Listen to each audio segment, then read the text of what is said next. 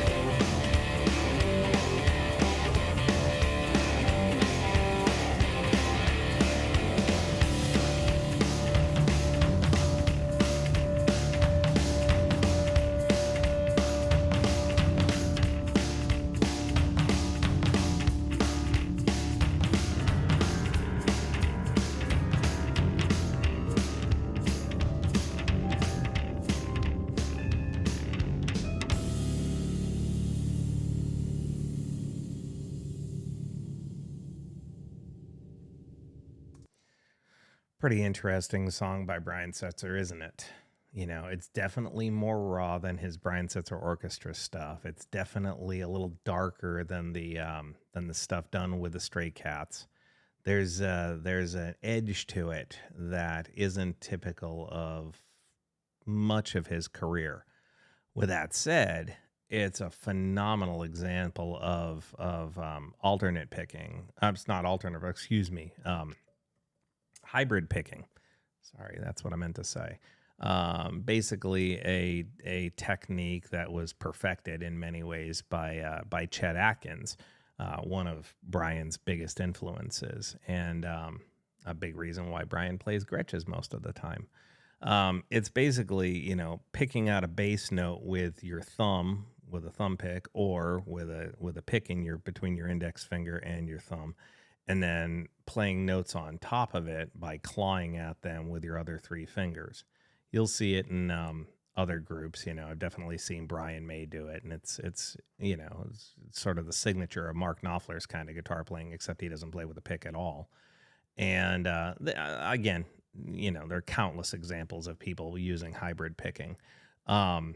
But it's a technique that makes this particular song sound even heavier than it actually is, because he's playing that bass note through more gain than, Chet Atkins ever would have, for sure.